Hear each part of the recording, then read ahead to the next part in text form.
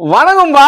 இந்த எங்க அண்ணன் விஜய் அண்ணன் இன்னைக்கு செயல் வீரர்கள் கூட்டம் நடத்திருக்காரு. இன்னையிலிருந்து டிவி கேல எல்லாரும் அப்படி செயல்படுறதெல்லாம் எப்படி இருக்க தெரியுமா? எங்க அண்ணன் என்னெல்லாம் சொல்லிக்கிறாரு, அது நீங்க எப்படிலாம் எடுத்துக்கிட்டு எப்படிலாம் செயல்படணும் அப்படிங்கிறத உறக்க சொல்லியிருக்கேன். எங்க அண்ணன் சொல்லியிருக்கிறாரு, அடிமையாக்க பார்ப்பாங்க, அடிபணிய கூடாது. நம்மளை ஒடுக்க பார்ப்பாங்க, ஒடுங்க கூடாது. நமக்கு அழுத்தம் இருக்கு, அழுத்தமா அதனாலதான் நான் பேசின்னு இருக்கேன். அதுக்கெல்லாம் அடங்கி போற ஆளா? இப்படி ஏகப்பட்ட விஷயம் வச்சிருக்காரு. அப்புறம் இது இல்லாம ஒரு இடையில ஒரு குட்டி ஸ்டோரி வேற சொல்லிக்கிறேன். அப்படி இப்போ ஆடியோ இருந்துச்சுன்னா அது குட்டி ஸ்டோரின்னு சொல்லி பாரு. இங்க சின்ன கதை, தமிழ் அரசியல் வந்துட்டார்ல, தமிழ்ல மாத்திக்கினாரு. எந்த அளவுக்கான ஒரு செயல் வேகத்தை உத்வேகத்தை கொடுக்கக்கூடிய அளவுக்கு டிவி கேக்கு சொல்லியிருக்காங்கன்றதான். ஆனா நமக்கு தொண்டர்கள் மேல ஒரு பெரிய வருத்தம்ப்பா. அவர் பேசுறாரு, நீங்க பாட்டுன்னு விசில் வச்சுன்னேங்கிறீங்களே, அவர் என்ன சொல்றாருன்னு கேட்டுக்கிறீங்களா? இன்னைக்காச்சு கேட்டிருந்தா அவ்வளோ அறிவா இருந்ததா இருந்திருக்கும். அவ்வளோ அறிவுகளை உங்களுக்கு கொடுத்துருப்பார். அவ்வளோ நீங்க தெரிஞ்சிருக்கலாம். என்ன பேசினாரு தெரியுமா? இப்போ எங்க அண்ணன் சீமான் பேசுவாரு, அவர் பேசுறது கேட்டீங்கன்னா மொத்தம் பொய்யா இருக்கும். ஆனா ஏதோ ஒரு உள்ள மேட்ரு இருக்கும், அவ்வளோ கதை சொல்லுவாரு. ஆமா, ஆனா உள்ள மொத்தம் பொய்யா தான் இருக்கும். இந்த ஒரு பக்கம் அதையே உங்க அண்ணனும் ஏத்துக்கிறாரு, அது இன்னொரு பக்கம்.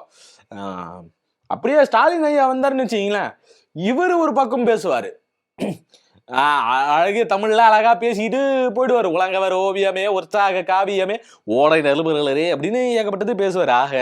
அப்படின்னு ஏகப்பட்டது பேசுவார். இப்படி ஒரு தலைவர்களும் ஒன்னு பேசுவாங்க. இந்த ஏடிஎம்கே பாத்தீங்கன்னா இவங்க மாத்தி அவங்க மாத்தி இவங்கன்னு இவங்க அடிச்சுப்பாங்க. திருமாவளவன் எடுத்துக்கிட்டீங்கன்னா வரலாற்று ரீதியா நிறைய பேசிக்கிட்டு வருவாரு.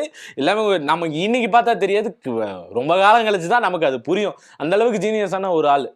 கமல் பேசுறது புரியவே புரியாது, ஆனா இப்படியெல்லாம் பேசலாமோ அப்படின்ற மாதிரியான ஒரு இதெல்லாம் இருக்கும். இப்படி வந்த இவர் மத்தியில எங்க அண்ணன் விஜய் பேசுறத பார்க்கணுமே, உள்ள என்ன இருக்கு அப்படின்றதெல்லாம் நான் வரிக்கு வரி ஒரு பாயிண்டா எழுதி வச்சுட்டு வந்திருக்கேன். உங்களுக்கு தெளிவா அள்ளி அப்படி கொடுக்க போறேன்.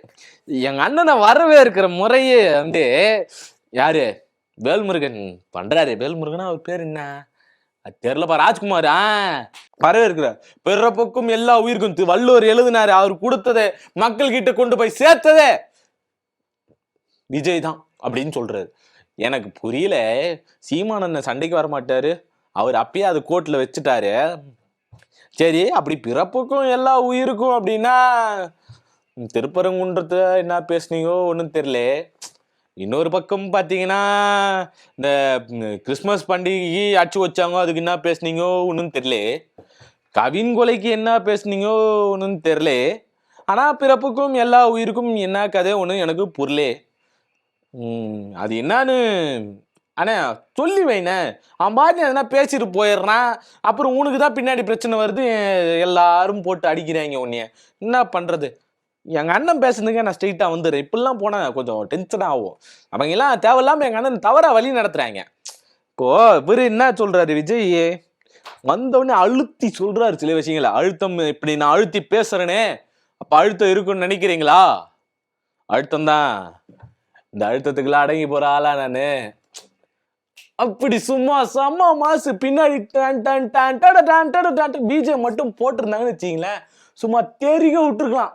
அதை போட விடாம இந்த பிக்காளி பசங்க விசில் அடிச்சே டென்ஷன் ஆக்கி விட்டானுங்க. அந்த இடத்துல பிஜிஎம் போயிருக்கணும். விசில் அடிக்கிறானுங்க, எதுக்கு விசில் அடிக்கிறான்னு தெரியும். ஓ, சின்னம் இல்லையா, அதனால விசில் அடிக்க தான் செய்வாங்க. ஆனா கொஞ்சம் கேட்டு கேட்டு கேப்ல விசில் அடிச்சிருக்கலாம், பரவாயில்ல. இது அடங்கி போற ஆளே கிடையாது அப்படின்னாரு. அப்படிதான் நானும் பார்த்தேன். இந்த ஜனநாயகன் படம் வரல, இதுக்கு ஏதாச்சும் பேசுவாரு அப்படின்னா அவனும் கொஞ்சம் எடுத்து பார்த்தேன். பேச மாட்டார் போல, என்ன கதை ஒன்றும் புரியல.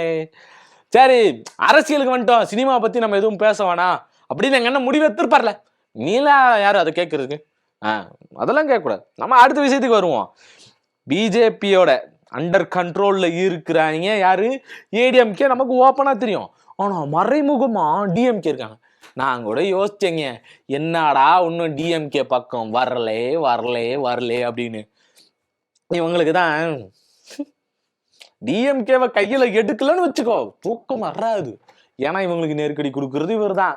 ஸ்டாலினே இவருக்கு சப்போர்ட் பண்ணாலும் மறைமுக கூட்டணி டிஎம்கே. ஆனா நான் பாராட்டுவேன், இல்லைன்னா அந்த அக்ரெசிவ் மூடுல இந்த வாட்டி சொல்லல. சொல்றதுக்கு பாயிண்ட் இருந்தா தானே. சரி, ஓகே. மக்கள் குறித்து, மக்கள் இவங்களை எங்க வச்சிருக்காங்க, மத்தவங்க எல்லாரும் எங்க வச்சிருக்காங்க, இவரை எங்க வச்சிருக்காங்க அப்படின்னு கெரியரோட உச்சத்துல வச்சிருந்தாங்க. எப்பா அது நீ நடிக்கும் போது இப்போ உன்னை எங்க வச்சிருக்காங்கோ அப்படின்னு தெரியுமா? 4 பேர் எடுத்து நீ பாத்துக்கிறியா? எப்பா எடிட்டர், முடிஞ்சா மக்கள் இவங்களை பத்தி பேசுறத பத்தி நீ ஒன்னு எடுத்து போடுற. ஆமா, புரிஞ்சுக்கணும். இதெல்லாம் தெரியாம மேல இருக்கிற அந்த 4 பேர் உன்னை என்ன பண்ணிடுறாங்கன்னா, அவங்க பாட்டுன்னு சொல்லி விட்டுக்கிட்டே இருக்கிறாங்க. உன்னை மக்கள் எல்லாம் கொண்டாடுறாங்கன்னு அங்க இருக்கிற அந்த தற்குறிசை பார்த்தே சொல்லினுங்கிறாங்க. சி, மன்னிச்சு ஆச்சரிய குரியஸ் பார்த்தே சொல்லுங்கிறாங்க. இந்த பக்கம் அந்த பக்கம் தாண்டி வாங்க, உங்களை ட்ரோல் பண்றவங்கள வாங்க, பாத்தீங்கன்னா தெரியும் மக்கள் உங்களை எந்த இடத்துல வச்சிருக்காங்க அப்படின்னு உங்களுக்கு தெரியும். சரி, இது ஒரு பக்கம் போக, இந்த நம்மளுக்காக உழைக்கிறதுக்குல, அந்த மக்களுக்காக உழைக்கிறதுக்குல, அது அவருடைய குணமாவே மாறிடுச்சான். இப்பேற்பட்ட மனசு இல்ல அவருக்கு, அது குணமாவே மாறிட்டு இருக்கு. என்ன உழைச்சாரு அப்படி? எவ்வளவு யோசிக்க வேண்டியது இருக்கு பாத்தீங்களா? இப்படிதான் இருக்குது. என்ன உழைச்சாருன்னு கேட்டா நமக்கு ஒண்ணும் தெரியல. 41 உசுறு போனது மிச்சம். இந்த பக்கம் இவங்க எல்லாம் அதை விட்டுட்டு ஜனநாயகன் வரலன்னு அழுவுறது மிச்சம். ஏதாச்சும் இருக்கும் நானும் பண்றேன். இது எல்லாத்தையும் தாண்டி ஊழலை ஒழிக்கிறதுக்காக தான் எங்க அண்ணன் வர்றதே. ஆல்ரெடி நான் ஊழலை பத்தி ஒரு வீடியோ போட்டிருப்பேன், அது முடிஞ்சா போய் பார்த்துட்டு வந்துருங்க. நம்ம சேனல்லே இருக்கும் ஊழலை வச்சு இவங்க பண்ணக்கூடிய அரசியல் என்ன. ஏன்னா இந்த ஊழல் ஒன்று எடுத்துட்டு வந்துட்டு மக்கள்கிட்ட நீங்க ஓட்டு கேட்க முடியுமா அப்படின்னு கேட்டீங்கன்னு வச்சுங்களேன், ஊழல் பெரிய பிளே பண்ணாது. மக்களுக்கு செய்யக்கூடிய நல்லது. எப்பா எந்த காலத்திலயும் இந்த கொள்ளை அடிக்கிறவன், காசை திருடுறவன் இருக்கதான் செய்வான். தடுக்கவே முடியாது. ஊழல் இல்லாத இடத்தையும் நீங்க உருவாக்கவே முடியாது. எதை வச்சு நான் அப்படி சொல்றேன் அப்படின்னா, உங்க கட்சியில நடக்கிற ஊழலையே உங்களால தடுக்க முடியலை. இந்த ஊழல்ன்ற மேட்ரு இது ஒரு பக்கம் இப்படி இருந்தாலும், நான் பண்ண மாட்டேன், இவன் பண்ண மாட்டான் அப்படின்றதையும் சொல்லிடுறாரு. மத்தவங்க எல்லாரும் பண்ணுவாங்களான்னு கேட்டா எனக்கு தெரியாது. அவன் பண்ண, நான் தான் பண்ண மாட்டேன்னு சொன்னேன். ஏன்னா ஸ்டாலின் உட்காந்து ஊழல் வச்சுங்கிறாரு. நான் அவரு சுத்தி இருக்கிறவங்க எல்லாரும் ஊழல் பண்ணாம இருக்கிறாங்க. அதனாலதான் இப்போ தப்பு இருக்குது. இப்ப அதுக்கு முன்னாடி இருந்து கருணாநிதி சரி, இந்த பக்கம் ஜெயலலிதா அம்மாவும் சரி, கீழே இருந்தவங்களும் நல்லா தான் இருந்தாங்க. ஸ்டாலின் தான் ஊழல் பண்ணியிருந்தார், ஜெயலலிதா அம்மா தான் ஊழல் பண்ணிருச்சு, இந்த பக்கம் கலைஞர் தான் ஊழல் பண்ணியிருந்தார், கீழே இருந்தவங்களா யாரும் பண்ணல. அதனால நானும் பண்ண மாட்டேன். அவங்களாம் தான் பண்றாங்க, நான் பண்ண மாட்டேன். என்னை தாண்டி மற்ற எல்லாரும் ஊழல் பண்ணுவாங்க. அதை எனக்கு ஒன்றும் தெரியாது. நான் பாக்குறேன்னு யாருமே ஊழல் பண்ணல அப்படின்ற மாதிரியான கதையா தான் இதெல்லாம் இருந்துகிட்டு இருக்கு. இந்த ஊழல் பண்றது இந்த மேட்டர்ல, இந்த டிக்கெட்டுக்கே 3000 4000 போச்சு. எத்தனையோ பேர் ஃபீல் பண்ணிக்கிட்டு இருந்தானுங்க போச்சுன்ட்டு. இது என்ன மேட்ரு? நான் இவ்வளவு அழுத்தமா இந்த டிக்கெட் மேட்ரு திரும்ப திரும்ப பேசுறேன்னா, இந்த மங்காத்தா ரீரிலீஸ்ன்னு ஒண்ணு வந்துச்சுங்க. அதுக்கு ஒருத்தன் 3000 ரூபாய்க்கு சொல்லி டிக்கெட் வித்துருக்கான். அவனை என்ன பண்ணிருக்காங்க, போலீஸ் கிட்ட அப்படியே அழுக்கா பிடிச்சி அஜித்துடைய ரசிகர்களே கூட்டு போய் விட்டாங்க. இவங்கெல்லாம் வந்திருக்கலாம் அரசியலுக்கு, அவரெல்லாம் வந்துட்டு தான் நல்லது சொல்லி இருப்பாரு. பதவி ஆசை அவங்களுக்கு கிடையாது. என்ன பண்றது, எங்க அண்ணனுக்கு பிடிச்சி வாட்டி வதைக்குது. அதனால பாவம் அவரு என்ன பண்றதுன்னு தெரியாம அவரு போட்டு இப்படி நொழுக்கிறாங்க. அவரு இதை பத்தியும் ஒரு மேட்ரு சொல்லியிருப்பாரு. நான் பின்னாடி வரேன், லைனா வரேன். இப்போ கண்ணுக்கு தெரியுற ஊழலை இவரு ஒழிக்க மாட்டாரு. இல்ல ஒழிப்பாரு. கண்ணுக்கு தெரியுற ஊழல்லாம் இவர் ஒழிச்சிருவாரு. சரிங்களா? அந்த மாதிரிதான் இருக்கும்.